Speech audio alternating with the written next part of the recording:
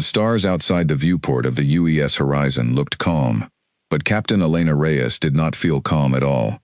She stood on the bridge with her arms crossed, staring at the black space in front of her ship. Something was wrong.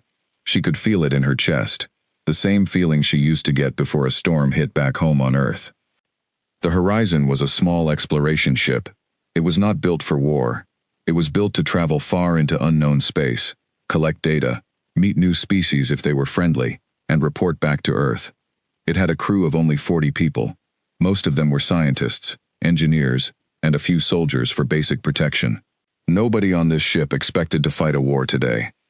"Captain, I'm picking up something strange on long-range sensors," said Lieutenant Marcus Chen, the ship's sensor officer. His voice was tight. "Show me," Elena said, walking closer to his station. The screen in front of Marcus lit up with dozens of small dots, then more dots, then even more. Elena felt her stomach drop as she watched the number grow. In less than a minute, the screen showed almost 200 ships forming a wide circle around the horizon. That's not possible," Marcus whispered. 200 ships? Where did they come from?" "They were hiding," said Dr. Aisha Bello, the ship's science officer, who had walked over to look at the screen too. "Behind that gas cloud we passed an hour ago. They must have powered down their engines so we wouldn't see them." Elena's mind raced. This was not a normal patrol. This was not a random meeting. Someone had planned this. Someone had waited for the horizon to fly into the perfect spot, and now the trap was closing. "All hands, red alert," Elena said into the ship comm. Her voice stayed calm, even though her heart was pounding. "This is not a drill. Move to your stations." Alarms began to ring through the halls of the horizon. Crew members ran to their posts. Some of them had never heard a real red alert before. Most of the people on this ship had joined Earth's exploration program because they wanted to study stars, not fight battles. On the main screen, the alien ships came into full view. They were dark gray and black, shaped like long blades with sharp edges. Small red lights blinked along their hulls like eyes watching in the dark. There was something about their design that made Elena's skin crawl. These ships were not made to explore, they were made to hunt. "Captain, I'm getting a transmission," said Marcus.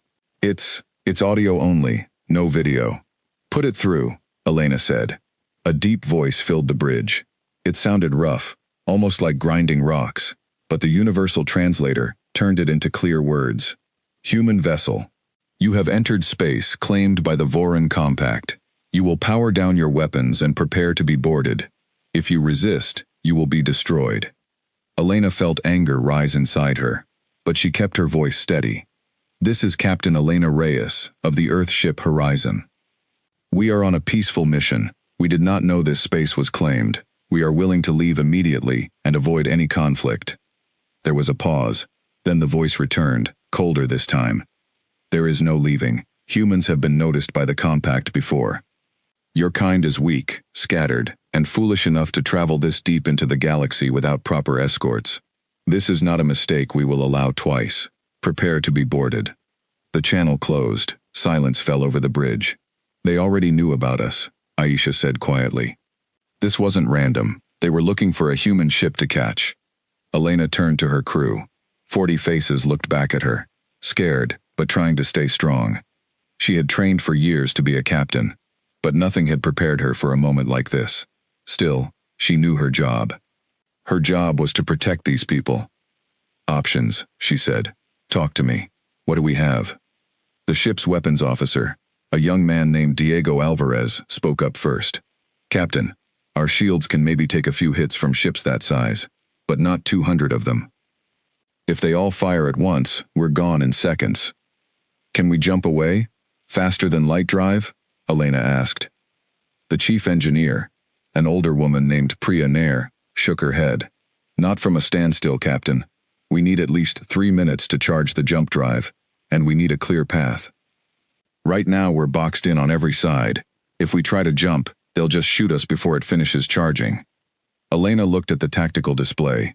The alien ships were arranged in a tight sphere around the horizon, leaving no gaps. It was a perfect cage.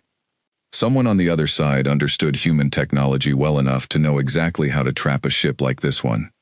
"They studied us," Elena said slowly. They know our jump drive needs time. They built this trap on purpose. So what do we do? Diego asked. Elena thought for a moment. She remembered her training. When you cannot fight, and you cannot run, you buy time. Time was the only thing that could save them now. We stall, she said. Marcus, reopen the channel. I need to talk to them again. The channel opened. The same rough voice answered. You have decided to surrender? We want to understand what you want, Elena said. You said humans were noticed before. What does that mean? We are new to this part of space. We don't understand your laws or your history with us. There was a long pause. Then the voice spoke again, and this time it sounded almost amused. Humans think they are important. You send small ships into deep space, alone, without allies, without real weapons. You believe curiosity makes you brave. It only makes you easy prey. Many species learned long ago to stay quiet and hidden until they are strong. Humans have not learned this lesson yet. Today, you will learn it. That doesn't answer my question, Elena said. What is the Voron Compact? Why do you want our ship? The compact is order, the voice said. We keep balance among the stars. Weak species who wander too far, who grow too curious, who might one day become dangerous, are stopped before they become a problem. Your species has shown signs of growing quickly. That makes you a future threat. It is simpler to end that threat now, while you are small. Elena's blood went cold. This was not about territory or an accident. This armada was here because they were afraid of what humanity might become. They wanted to crush that future before it could start. You're making a mistake, Elena said. Attacking one exploration ship won't stop humanity. There are billions of us on Earth. Destroying the horizon won't change anything. Perhaps, the voice said. But it will send a message, and it will remove your data, your knowledge, and 40 of your people from existence. That is enough for today. The channel went silent again. Elena closed her eyes for a second, then opened them and turned to her crew. Priya, I need every bit of extra power you can find. Reroute anything not essential to the shields and to the jump drive, she ordered. Diego, ready the point defense guns. If they try to board us, we will not make it easy. Marcus, keep monitoring their fleet. I want to know the second anything changes. The crew moved quickly. Elena walked to the communication station herself and sat down. There was one more thing she needed to do. Marcus, patch me through to Earth. Deep space emergency channel. Send our coordinates and a distress signal. Full priority. Marcus's fingers moved fast across his controls. Captain, that signal will take time to reach Earth. We're very far out. Even at maximum speed, it could take hours, maybe longer, before anyone even receives it. And then it will take more time for help to arrive, if help can arrive at all. I know, Elena said, but hours are something. We have to try. She pressed the record button and spoke clearly into the microphone, knowing every word might be the last message her crew ever sent. This is Captain Elena Reyes, of the UES Horizon. We have been surrounded by an alien armada calling itself the Voron Compact. They say they intend to destroy our ship because they see humanity as a future threat. We are requesting immediate assistance. I am sending our last known coordinates. If anyone receives this message, please, help us. We are only 40 people. We didn't come here looking for a fight. Please, help us. She ended the recording and sent it, watching the small light blink as the message shot out into the void, racing toward a home that was too far away to reach in time to save them the normal way. Outside, the alien armada began to move. Their ships tightened the circle, inch by inch, like a fist slowly closing. Red targeting lights blinked on across dozens of hulls, all aimed at the small horizon sitting helpless in the middle. On the bridge, nobody spoke. The crew watched the screen, waiting, hoping, praying that somehow, somewhere, someone back home had already heard them, even though they knew that was almost impossible. Elena stood at the center of the bridge, watching the enemy ships close in, and made a quiet promise to herself. Whatever happened next, she would not let her crew go down without a fight. She would find a way to buy time, even if it meant risking everything. She had no way of knowing that, far across the galaxy, a very old signal relay station, near the edge of explored space, had just picked up her distress call. And she had no way of knowing that this station was connected to something much bigger, something humanity had built quietly over many years. something the Voran Compact and every other species who thought humans were weak did not know existed. For now, all Elena Reyes could do was wait, watch the enemy ships close in, and hope her message had been sent in time. 3 hours passed since the distress signal was sent, and the horizon was still surrounded. The alien fleet had not attacked yet. Instead, they waited, tightening their circle slowly, like predators enjoying the fear of their prey before the final strike. On the bridge, the crew of the Horizon worked in tense silence, watching the enemy ships inch closer on the screen. Captain Elena Reyes had not slept. She stood at her chair, refusing to sit, as if standing would somehow keep her sharper, more ready. Around her, the crew moved between their stations, checking systems again and again, looking for any small advantage that might help them survive. "Captain, they're hailing us again," Marcus said from his station. "Put it through," Elena said. The same rough voice filled the bridge, the leader of the Voran fleet who had not given his name. "Human vessel, you have delayed long enough. Power down your weapons and prepare for boarding, or we will begin firing." Elena stepped forward. "We need more time. Our engines were damaged when we entered this system. We cannot power down safely without risking an explosion that could hurt your own ships too." It was a lie, but a good one. Priya had suggested it an hour earlier, knowing that any excuse involving danger to the enemy fleet itself might buy a few more minutes. There was a pause on the other end. Then the voice spoke again, sounding annoyed but cautious. "You have 1 hour, no more delays." The channel closed. Elena let out a breath she didn't know she was holding. "That was a good idea, Priya," she said. "I just hope it keeps working," Priya replied from her engineering station. "They're not stupid. Eventually they'll stop believing our excuses. We just need to keep buying time," Elena said. "Every minute counts." Dr. Aisha Bello walked over from her science station, tablet in hand. "Captain, I've been studying the data we have on their ships. I think I found something useful." "Go on," Elena said. "Their ships are strong, much stronger than ours, but they rely heavily on coordinated attacks. Look at their formation." Aisha pointed at the screen, where the 200 ships floated in a near-perfect sphere. "They move together, like a swarm. I think their weapons and shields are linked through a central system, maybe on their flagship, to make their attacks more powerful when many ships fire at once." "What does that mean for us?" Elena asked. "It means if we could somehow disrupt that central system, even for a short time, their attacks might become weaker and less coordinated," Aisha explained. "It wouldn't save us from 200 ships, but it might slow them down, maybe even confuse them for a while." Elena nodded slowly. "Diego, can our systems find their flagship, the one controlling the others?" Diego worked at his console for a moment. "There's one ship near the back of the formation that's much bigger than the rest, with more antennas and sensor arrays. That's probably it. If we could hit it with something, even something small, it might buy us more time," Elena said.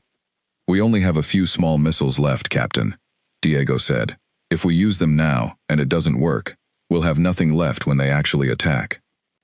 Elena thought about this. It was a gamble either way. She looked at her crew, at their tired faces, and made her decision. "Hold the missiles for now," she said. "We use them only if we have no other choice. For now, we keep stalling and hope our message reaches Earth in time." As the minutes ticked by, the crew found small ways to prepare. Priya and her engineering team worked to reinforce the ship's shields as much as possible, even redirecting power from life support systems in areas of the ship that weren't currently occupied. Diego made sure every weapon system was ready to fire the instant it was needed. Aisha kept studying the enemy fleet, looking for any more weaknesses. Elena walked through the ship, checking on her crew. In the medbay, she found Dr. James Okafor, preparing emergency supplies, laying out bandages and medicine in case the ship was hit. "How are you holding up?" Elena asked him. "Scared," James admitted honestly, "but ready to do my job if it comes to that." "That's all any of us can do," Elena said. She continued through the ship, stopping in a small room where several younger crew members sat together. They were mostly scientists, people who had joined this mission to study alien plant life and strange star formations, not to fight for their lives. One of them, a young botanist named Sarah Kim, looked up at Elena with wide, frightened eyes. "Captain, are we going to die?" Sarah asked quietly. Elena knelt down next to her. I'm not going to lie to you, Sarah. We're in serious danger, but we sent a message home, and we are doing everything we can to buy time. As long as we're still breathing, there's still hope. Do you think Earth will really come for us? Sarah asked. We're so far away. Elena thought about this carefully before answering. I believe humanity does not leave its people behind. I don't know how, and I don't know when, but I believe help is coming. She said this with more confidence than she actually felt, but she knew her crew needed to hear it. Fear could spread through a ship faster than any weapon, and right now, hope was the only thing keeping everyone functioning. Back on the bridge, the hour the aliens had given them was almost up. Elena returned to her chair just as Marcus spoke up again. Captain, they're hailing us. Put it through. The rough voice returned, harder this time. Your hour is finished. Power down your weapons now. Elena straightened her back. Our engines are still unstable. We need more time to safely shut down our systems. You are lying, the voice said flatly. Our scanners show your engine readings are within normal range. This delay ends now. Elena's stomach dropped. They had figured out the lie. She glanced at Priya, who shook her head slightly, meaning there was no more time to buy with words. Listen, Elena said, trying one more approach. If you destroy us, you gain nothing but 40 deaths, and a small pile of wreckage. If you let us go, we can tell our people about the compact, about your laws, and maybe prevent future conflicts before they start. Killing us here changes nothing in the long run. My species will keep growing, whether you destroy this one ship or not. There was a pause, longer this time. For a moment, Elena thought maybe her words had worked. Then the voice returned, colder than before. Your species does not understand fear yet. Perhaps this will teach it. Prepare to be boarded. If you resist, all 40 of you will be destroyed. The channel closed. On the main screen, several of the alien ships moved forward, breaking off from the main formation. Small shuttle-like vessels launched from them, heading directly toward the horizon. Captain, they're sending boarding craft, Marcus said, his voice tight with fear. All hands, this is not a drill, Elena said, over the ship comm. Boarding parties inbound, security teams to designated stations. Everyone else, remain in your quarters and lock the doors. Diego's hands moved fast over his console. Weapons ready, Captain. Point defense guns tracking incoming shuttles. Fire warning shots, Elena ordered. Try to make them turn back without starting a real fight. The Horizon's point defense guns fired bright streaks of light across the shuttle's paths, missing on purpose. For a moment, it seemed to work. The shuttles slowed down. Then, without warning, one of the larger alien ships in the formation fired a single shot, not at the Horizon, but close enough to rock the ship violently. Alarms blared across the bridge. That was a warning, Marcus said, gripping his console to stay steady. They're telling us to stop resisting. Elena's jaw tightened. She had run out of clever tricks and clever words. The enemy was done waiting. She looked at her small, frightened crew and made a decision. Diego, target the boarding shuttles directly. If they get close enough to attach to our hull, we lose control of this fight. We fire for real this time. Yes, Captain, Diego said, and his hands moved with new determination.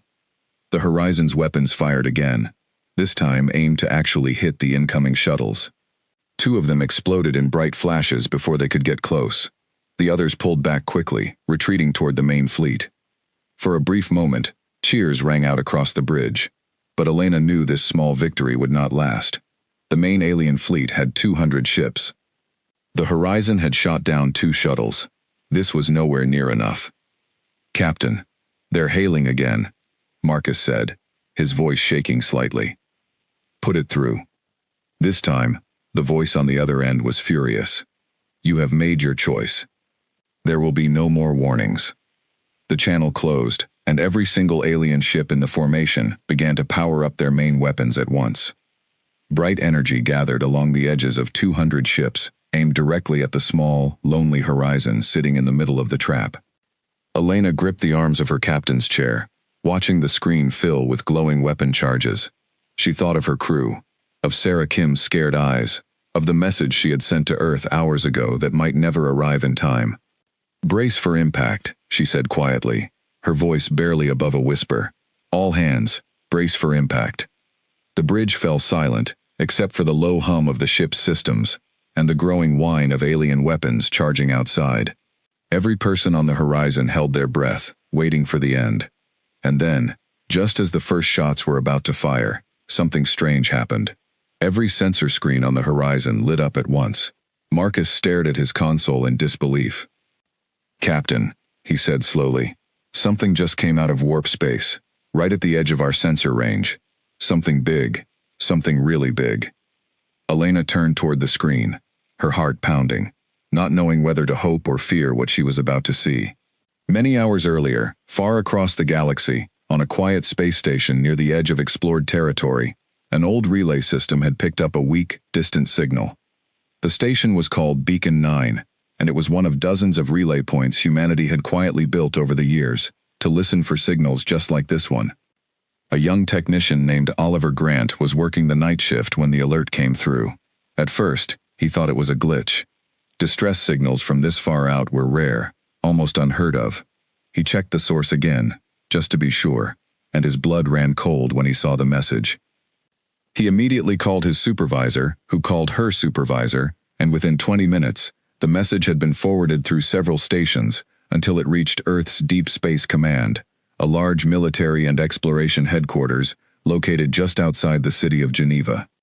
Inside a large control room filled with screens and busy officers, Admiral Grace Whitfield received the message personally. She was a tall woman in her 50s, with gray hair tied back and sharp eyes that had seen many years of service. She read the message twice, her face growing more serious each time. "Get me everything we have on the horizon's last known position," she said to the officer beside her. "And someone find out what the Voron Compact is. I want answers in 10 minutes. The room burst into activity.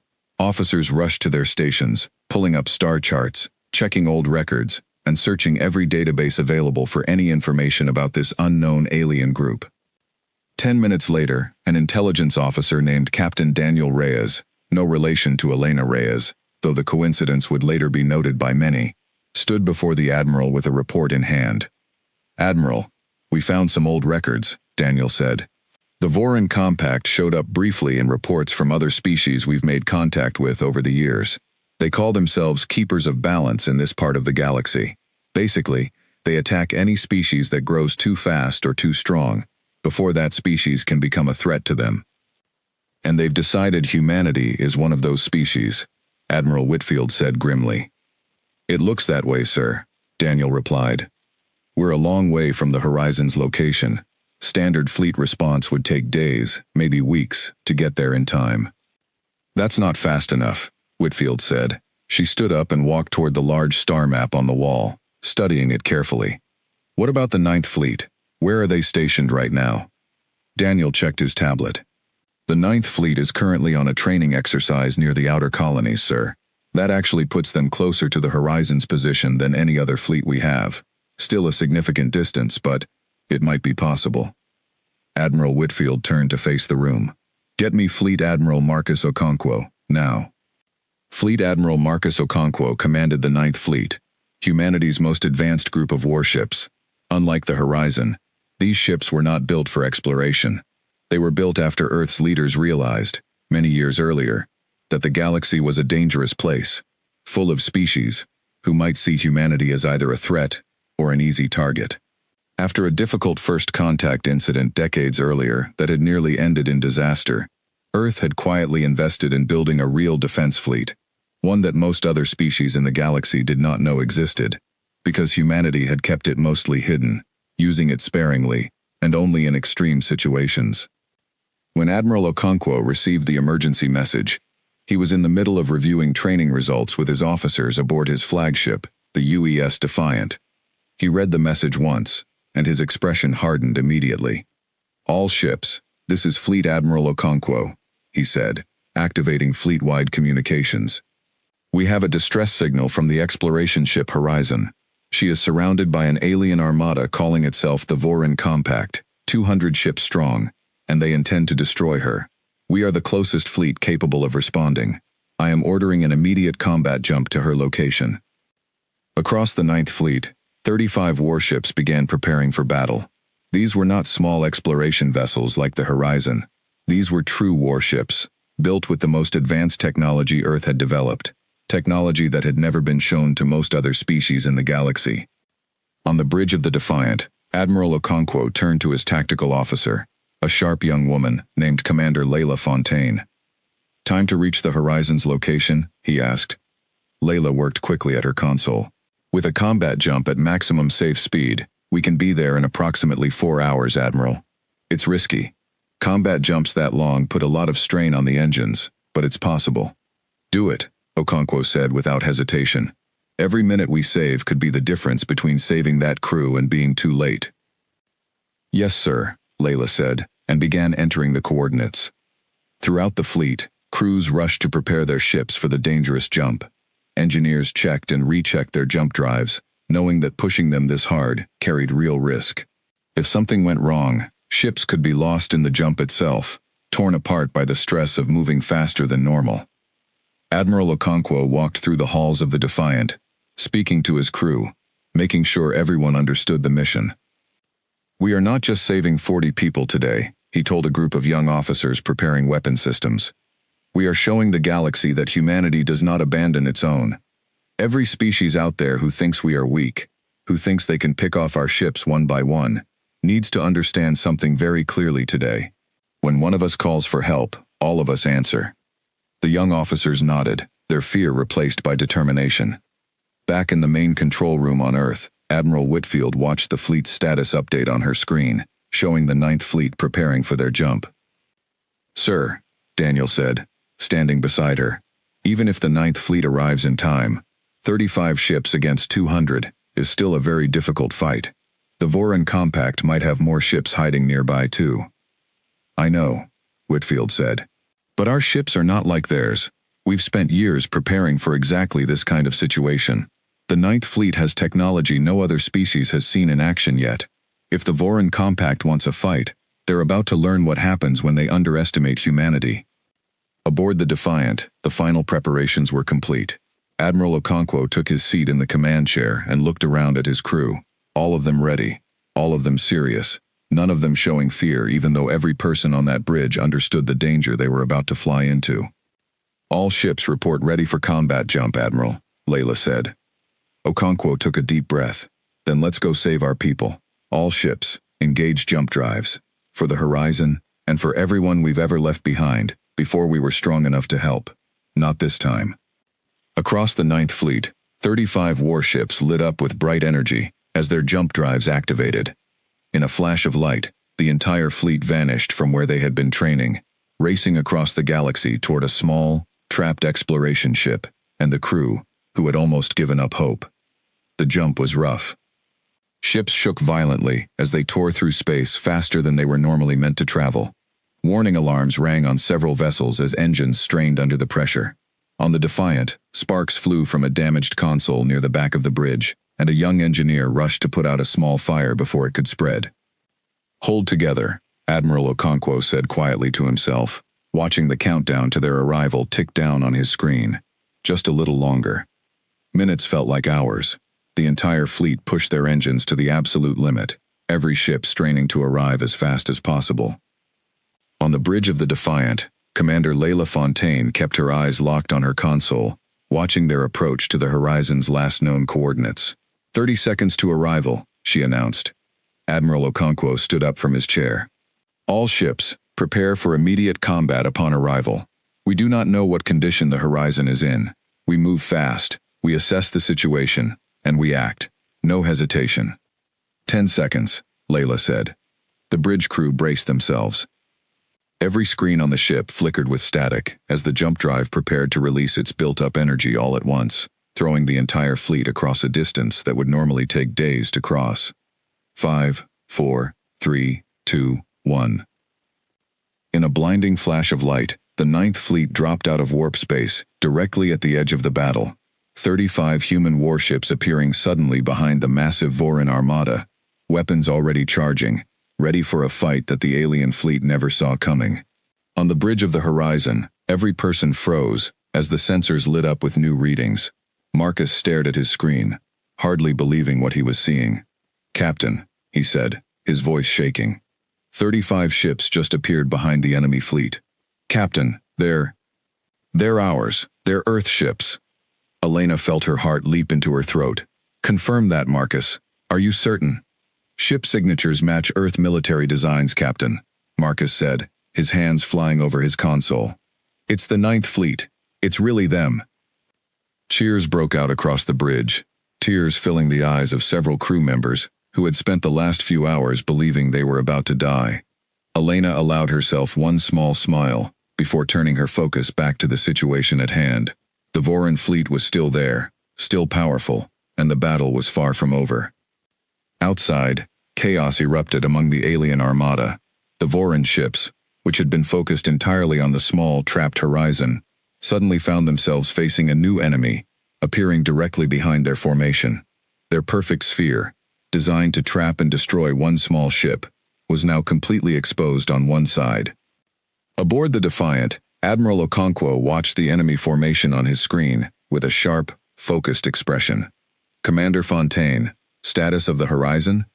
She's still there, Admiral, still intact, Layla reported. Shields damaged, but holding. The enemy fleet was seconds away from firing when we arrived. Then we arrived just in time, Okonkwo said. All ships, target the closest enemy vessels. Concentrate fire on their flanks. Do not let them regroup into a solid formation. Move fast, and keep them scattered. Across the Ninth Fleet, 35 warships opened fire at once. Unlike the Voran ships, which relied on numbers and coordinated formations, the human warships used speed and precision. Bright streaks of energy weapons tore across space, striking multiple Voran vessels in quick succession. The alien fleet, caught completely off guard, struggled to respond. Several ships tried to turn and face this new threat, but in doing so, they broke their formation around the horizon, creating gaps that Elena's crew could see clearly on their own screens. Captain, there's an opening, Diego said excitedly. A path just opened up on our port side, leading away from the main battle. Elena thought quickly. Priya, status on the jump drive? Give me 2 minutes and we can charge it, Captain. Priya replied. Do it, Elena said. The moment it's ready, we jump away from this system. We're not built for this fight, and I'm not going to risk my crew any longer than necessary. As Priya's team worked to charge the jump drive, Elena watched the battle unfold on the main screen. It was unlike anything she had ever seen.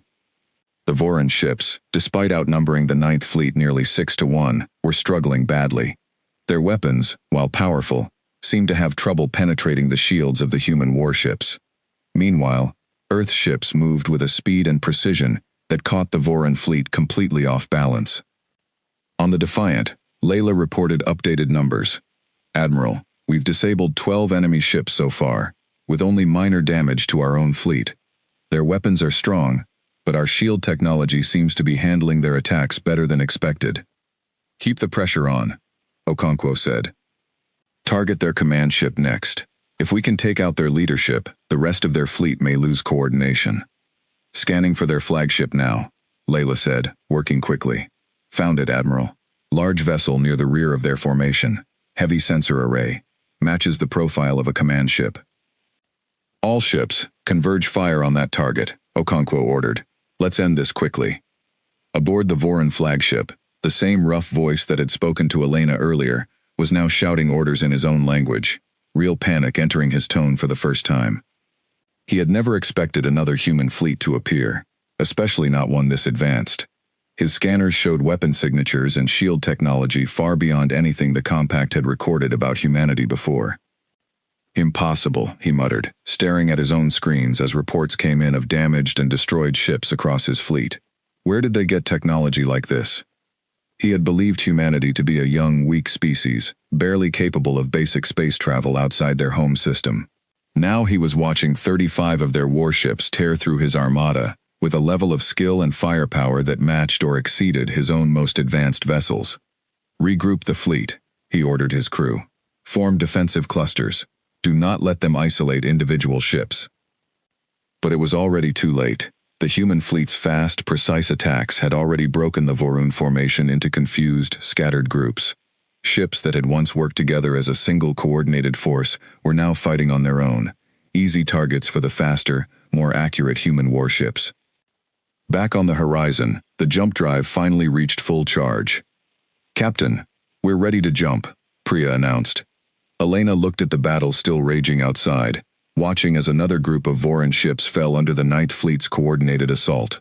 Part of her wanted to stay and watch her people win this fight, but she knew her responsibility was to her crew, not to the battle itself. Marcus, send a message to Admiral Okonkwo, she said.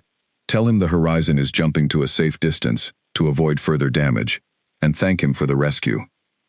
The message was sent, and moments later, a reply came back from the Defiant. Message received, Horizon.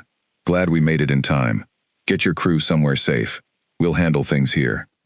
The Horizon's jump drive activated, and the small ship vanished from the battle, reappearing a safe distance away, where Elena and her crew could watch the rest of the fight unfold on their sensors without being in direct danger. The battle continued for nearly another hour. The Voran fleet, despite their numbers, found themselves increasingly overwhelmed. Some ships tried to retreat, only to find themselves cut off by the fast-moving human warships. Others tried to fight back with everything they had, but their weapons simply could not break through the advanced shields protecting the Ninth Fleet. Aboard the Defiant, Admiral Okonkwo watched the tactical display with a calm, steady focus. Status report. We've disabled or destroyed over half their fleet, Admiral, Layla reported. Our losses are minimal. 2 ships with moderate damage. No ships lost. The remaining Voran forces are attempting to retreat toward the edge of the system. Let them retreat, Okonkwo said. We're not here to wipe them out completely. We're here to send a message and bring our people home safely. Cease fire on any ship that breaks off and attempts to leave the area. Slowly, the remaining Voran ships, badly damaged and clearly defeated, began pulling back from the battle. Their once proud armada of 200 ships had been reduced to less than 80 operational vessels, and even those were badly damaged. The Voran commander, watching his fleet crumble around him, finally gave the order to retreat fully. His voice, once confident and threatening, now carried a tone of shock and confusion as he tried to understand how his massive fleet had been defeated so quickly by a much smaller force. Pull back, he ordered. All ships, retreat immediately. We underestimated them. As the remaining Voran ships fled the system, Admiral Okonkwo allowed himself a small moment of satisfaction before turning his attention back to more important matters. Commander Fontaine, get me a channel to the Horizon, he said. Let's check on our people. Moments later, Elena's face appeared on the Defiant's main screen, tired but relieved. Admiral Okonkwo, she said. I don't know how to thank you and your fleet enough. You saved every single person on my ship. Just doing our job, Captain Reyes, Okonkwo replied with a small smile. Earth doesn't leave its people behind. How is your crew holding up? Shaken, but alive, Elena said. Thanks to you, we all get to go home. That's all that matters, Okonkwo said. We'll escort you back to friendly space, and then you can make your full report to Earth Command. You did well keeping your crew alive and buying us the time we needed to get here. Elena nodded, feeling the weight of the last several hours finally starting to lift from her shoulders. Behind her, on the Horizon's bridge, her crew was celebrating quietly, hugging each other, some crying with relief, others simply staring at the screen, in disbelief that they had actually survived. As the Ninth Fleet formed up around the battered but intact Horizon, preparing for the journey back to friendly territory, nobody on either ship knew yet just how much this single battle was about to change the way the rest of the galaxy viewed humanity. 3 weeks after the battle, Captain Elena Reyes stood in a large meeting room at Earth Deep Space Command, facing a panel of senior officers and government officials. She had told her story many times already, first to Admiral Okonkwo, then to military investigators, and now to the highest leaders of Earth's space program. So to summarize, Captain, said one official, an older man named Secretary Wallace Green, the Voran Compact attacked your ship purely because they saw humanity as a future threat, not because of any specific action your crew took? That's correct, sir, Elena said. Their commander told me directly. They watch for species that are growing quickly, and they try to stop them before they become powerful enough to challenge them. We were simply an easy target that happened to wander into a system they controlled. Admiral Whitfield, sitting at the head of the table, leaned forward. And this is not the first time a species has viewed humanity this way, based on what we found in old records. No, ma'am, Daniel Reyes said, standing beside her with a tablet full of research. We've found scattered mentions of similar attitudes from a few other species over the years. Most of the galaxy still doesn't know much about us, but the ones who do seem split between curiosity and fear. This attack proves that some groups out there see us as dangerous enough to eliminate early, before we grow too strong. Secretary Green frowned. Then it seems the decision to build and maintain the Ninth Fleet quietly, without announcing it to the rest of the galaxy, turned out to be the right one.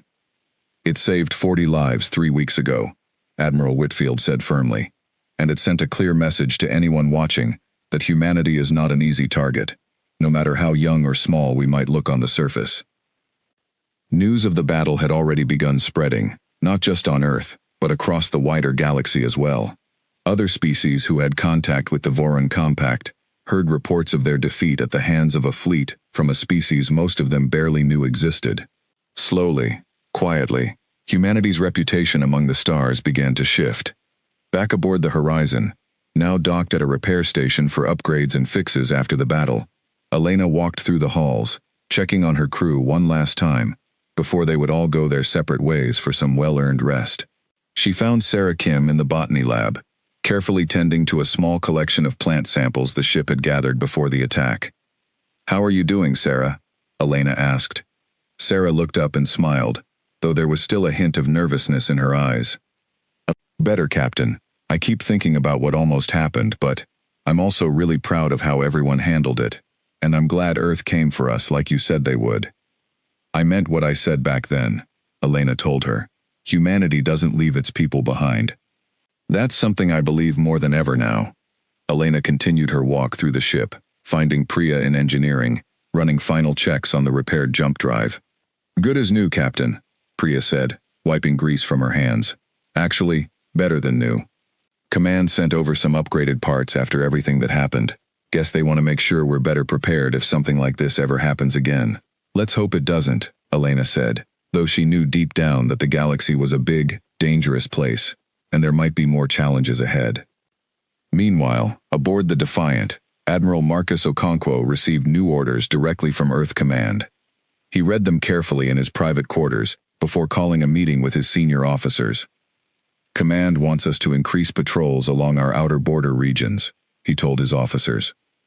"After the Voron incident, they believe other groups out there might test us, either out of curiosity or as a way to see if that battle was just luck." "Do you think it was luck, Admiral?" Commander Layla Fontaine asked. Okonkwo shook his head firmly. "No, we won because we trained hard, we built strong ships, and we moved fast when it mattered most. Luck had nothing to do with it, but I understand why other species might want to test that. We need to be ready to prove it again if necessary." Weeks turned into months. Slowly, word of the battle continued to spread throughout known space. Some species reached out to Earth cautiously, curious about this human fleet that had defeated a much larger Voron force. Diplomatic channels that had been quiet for years suddenly became busy with new messages, some friendly, some simply curious, and a few still cautious or even hostile. The Voron Compact itself sent no formal apology, but their aggressive patrols near human territory decreased noticeably after the battle. Whatever their true feelings about humanity remained, they had clearly learned that attacking Earth ships came with a much higher cost than they had expected. Back on Earth, Elena Reyes was given a period of leave before her next assignment. She spent it visiting her family in a small coastal town, walking along the beach, feeling the sun on her face, grateful simply to be alive, and human blood pressure returning slowly to normal after weeks of stress. One evening, sitting with her parents on their porch overlooking the ocean, her father asked her a question that had clearly been on his mind since she told him about what happened. "Do you think it will happen again?" he asked. "Another attack like that?" Elena thought about it carefully before answering. "I think the galaxy is full of unknown dangers, and we're still learning our place in it. But I also think we showed everyone out there something important. We showed them that humanity might look small and young, but we don't back down, and we don't abandon our own people. I think that matters more than anything else." Her father nodded slowly, looking out at the calm ocean waves. "Your mother and I are proud of you, you know. Proud of how you kept your crew calm and alive until help arrived. I couldn't have done it without a lot of people helping along the way," Elena said. "My crew stayed strong, Earth Command listened to our signal, and the Ninth Fleet arrived just in time. It took all of us working together. Months later, Elena received new orders for her next mission. Standing on the bridge of a newly repaired and upgraded horizon, she looked out at the stars with a mixture of caution and determination. She knew the galaxy remained a dangerous, unpredictable place, full of species with their own fears, ambitions, and judgments about what humanity was and what it might become. But she also knew something else now, something she hadn't fully understood before the attack. Humanity was not alone in facing these dangers, and it was not as weak as some species assumed. Behind every small exploration ship venturing into the unknown, there stood a much larger, much stronger fleet, ready to answer the call whenever needed. As the Horizon prepared to leave Earth's orbit for its next mission, Elena gave the order to her helmsman, with quiet confidence. "Take us out," she said. "Let's see what's out there." The ship moved forward, leaving Earth behind, carrying with it not just a crew of scientists and explorers, but also a new understanding, shared across the entire human race. They were not the weakest species in the galaxy, waiting to be picked off one by those who feared their growth.